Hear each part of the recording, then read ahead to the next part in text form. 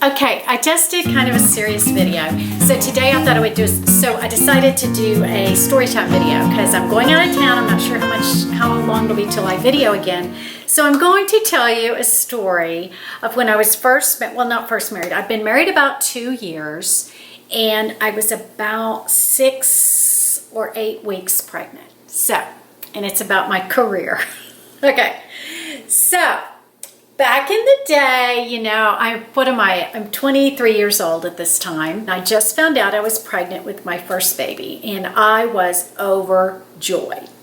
We were living in Dallas, or Arlington, Texas, which is Dallas-Fort Worth. Our social life back then was going to each other's houses.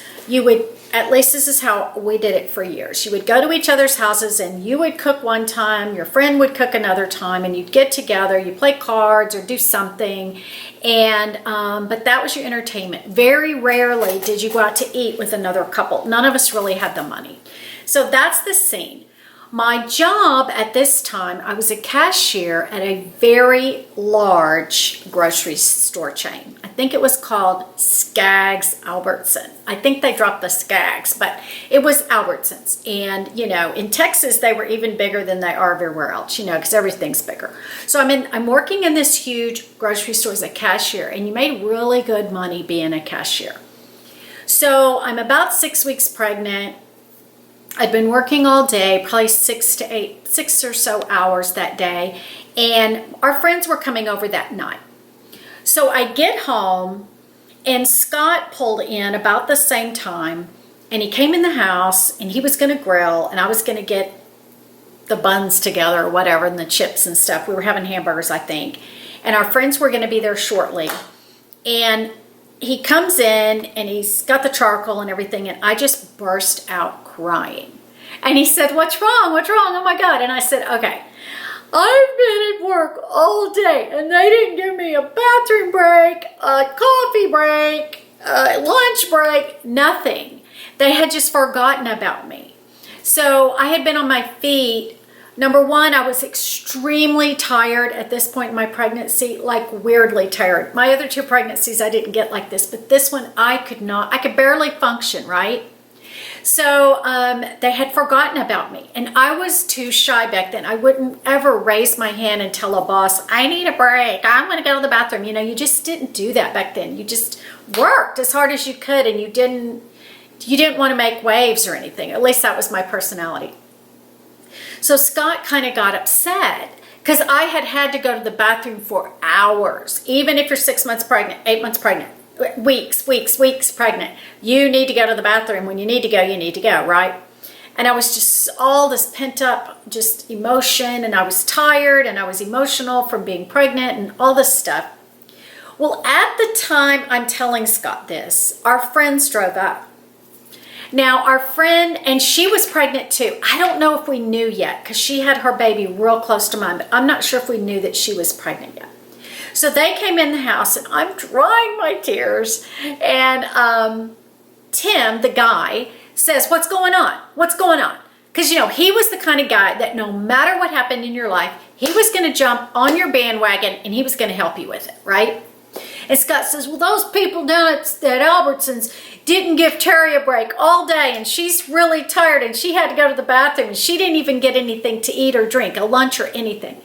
And Tim goes, "Well, what are we going to do about it?" Scott says, I have a half a notion to go down there and talk to them." And Tim goes, "Come on, buddy, let's go. Let's get in the truck. Let's get in the truck." It's always the answer in Texas. "Let's get in the truck."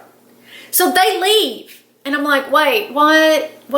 And I'm not really focusing. What are they doing? Why are they leaving? What's happening?" And I just looked at my friend and I said, "I'm going to lay down for a second." And she said, "Okay, go ahead." And the TV was on. So she sat on one couch. I laid down on the love seat. I fell smooth out to sleep. Totally sleeping. Okay? I don't know what she did this whole time they were gone.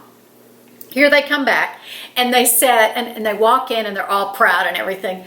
And I kind of wake up, and I'm still kind of out of it. And I said, what did y'all do? What did you say?" And now it's kind of it's becoming clear to me that this is going to be embarrassing for me because I didn't really, And so Scott says, "Well, I fired you." I said, you what? He said, I fired you. I said, you fired me from my job? And he goes, yeah. Tim and I went in there and we asked them if they knew Terry Reynolds, and they said yes. And I just looked at him and I said, well, she worked all day today and she didn't get a bathroom break or a drink of water or anything, and she's fired. And the manager goes, okay. I mean, it was so, you know. And then all the adrenaline of Scott and Tim begins to come down, and they're like, wow, that wasn't very smart. So I'm like, well, you know, whatever, I'll get another job. This is back when you could get another job, you know, if you had half a brain. So I woke up, we had our burgers, we had a good laugh about it, and then I went to bed thinking, oh my gosh, I need a job. I wasn't planning on working after the baby was born, but I needed this money for sure. Desperately needed this money until then. Because I knew my plan. You know, I knew I wasn't going to go back to work. So I didn't want, we needed to save money. Because the pregnancy was unexpected, not exactly planned. So Monday morning I get up and I said, you know, I'm going to go find another job. And Scott said, okay. And you know, you look in the paper at the want ads. I think that's what they were called. Yeah.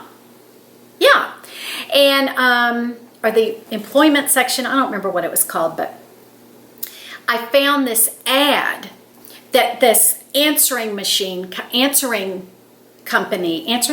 no, y'all, my brain, I can't think of the word.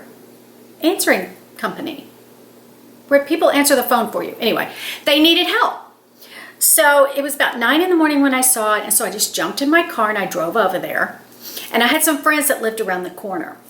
And I went over to their house and I was telling them about it, and they go, yeah, that place is right over there. So you should go over there. Just go on now. Well, I hadn't eaten or anything that morning because I kind of always had morning sickness.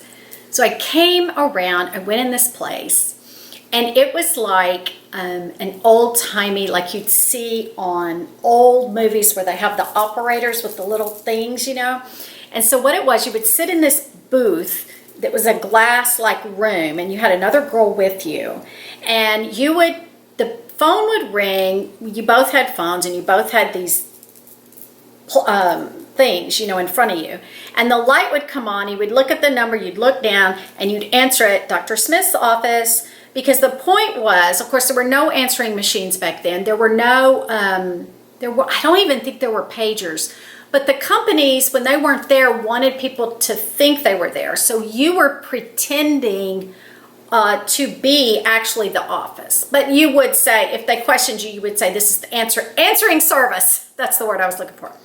So you would answer, you know, Dr. Smith or Dr. Smith's office or Dr. Smith's answering service. They're at lunch. What can I do for you? Something like that, okay? So I walk in, and I don't know what the job's like at that point, but I walk in, and there's this couple. I want to say they were elderly. They were probably 40, okay? But I was 23, so I don't, you know, everybody looked old to me. And so I said, you know, I'm looking for a job, you know, and they said, well, fill out this. And I filled out the application really quick. And they said, well, come back with us. And it was just a husband and wife that ran this little place. And so it took me back, and they showed me the thing and what I would be doing. And I said, oh, okay, yeah. And they said, well, can you stay? Can you start right now? And I'm like, what? And they're like, can you start right now? We would love for you to start training right now. And I said, well, okay. Because, you know, I didn't want to say no because I needed the job. So they ushered me. They didn't know anything about me, but I guess I look normal. So they put me in this. Oh, and I did say to them, because I was always super honest, I said, now I am 6 weeks pregnant, but I don't know what, you know, my plans are going to be. I might not work after I have the baby. You know, that was my plan, but I didn't know if that would actually come true. And I said, so I just wanted you to know, I don't want, you know, to be pregnant in 2 months and y'all be upset. And they said, oh, no, that's fine. You just work as long as you want. And I said, okay. So I didn't want to conceal it because I felt like that was unfair to them. So I went and I said these exact words. I want you to know that this pregnancy will in no way affect my ability to do this job. You know, I'm good. I'm not sick or anything like sick, like where I'd have to be bedridden or anything. I just, I'm healthy. And they said, okay, great. So I made this big speech about that, right? So I get in this little cubicle thing with this other girl, and she's training me. It was super easy to do. It was a very, very good job. But we're still on day one. It began, we sat there and, I hadn't eaten anything. Now it's probably about 11:30. I don't have anything to drink. And I'm chatting with the girl, and we're answering the phones and everything. And you take down the message, and it began to get hotter and hotter and hotter in this cubicle thing we were in. Like, you didn't get claustrophobic because it was there was glass around you, but it was kind of enclosed, and it wasn't that big. And I felt like there wasn't any air moving in there, and I just got, what happened was I threw up right in front of that girl into the trash can in my first hour of working at the answering service. And the name of it was Accurate Answering of Arlington. AAA, Accurate Answering of Arlington. So I throw up in the trash can. That was horrible. So embarrassing after I made my big speech that I'm not going to be sick and this will in no way impair my ability to do this job. My friend runs out. She's my friend now. She runs out. She tells people, oh my God, they come running in. One of them takes the trash can away. The woman runs and gets a Coke, and I'm drinking this Coke, and it did kind of perk me up a little bit and settle my stomach, and I'm so embarrassed beyond belief. And they said, don't worry, don't worry. And I said, well, I haven't had anything to eat. And they said, well, do you want to go grab some lunch and come back? And I was just beyond. And I said, you know what, can I just come back in the morning? And they said, yes, yes, yes, just come back in the morning. You're fine. Everything's fine. Are you going to come back in the morning? So I came back the next morning, and everything was fine, and the job went great. And it was a great job being pregnant. You just sat the whole time. But I do remember at the very end, I was really tired of working, and I was huge, and I was 10 days late, and this was like my due date, I think. And I was going to quit, I think, that day. And I'm just complaining. You know how you are at the end of your pregnancy. You're just so ready for it to be over. And I'm all complaining to the same girl that always sat with me, and she was really sweet. And I get up to leave, and I'm thinking in my head, I'm like, this is the last day. I'm so glad I'm never coming back. I'm never coming back. And I go out of the cubicle. I go down the hall to punch out or whatever we did, and I open the door, and there's a huge surprise baby shower for me. After I had complained all day about my job. So embarrassing. I look at the girl, and I'm like, please don't tell everybody I've been complaining all day. And she was just laughing. And so that was very sweet. But let's go back. Let's go back. Okay. Scott quit my job at the grocery store, and now it's been 2 weeks, and I've been working at Accurate Answering of Arlington, and I realize I have a paycheck coming from the cashier job, and I need that paycheck, right? But I don't want to go in there and get it. There's no direct deposit. There's nothing. You had to physically go get your check, physically sign it, take it to your bank, and deposit it. I know, this was what, 1800? And so I said to Scott, you're going to have to go in and get my check because you're the one that embarrassed me. Plus, I had to change grocery stores that I shopped at because I couldn't show my face. And Scott said, look, I can't go in and get your check. Don't you have to sign for it? And I said, oh, crap, you're right. I have to sign for it. I said, oh my gosh, I'm going to kill you now. Now I'm really upset. So I said, I guess I can go in because here's how the setup was. There were big double doors with the magic eye, and you walk in through the automatic doors. And then you could go this way for everything to go into the produce was over to this side. So, but over here was like the customer service and all that. But as you walk in the door, in front of you were these podiums where the managers would stand up elevated in direct traffic, because you had like, I don't know how many cash registers there were. There were a ton. So they were always looking, if anybody needed change, if anyone turned their little light on. So if you walk in the store, the manager would have their back to you. So I'm thinking about this. So I said, okay, Scott, here's what we're going to do.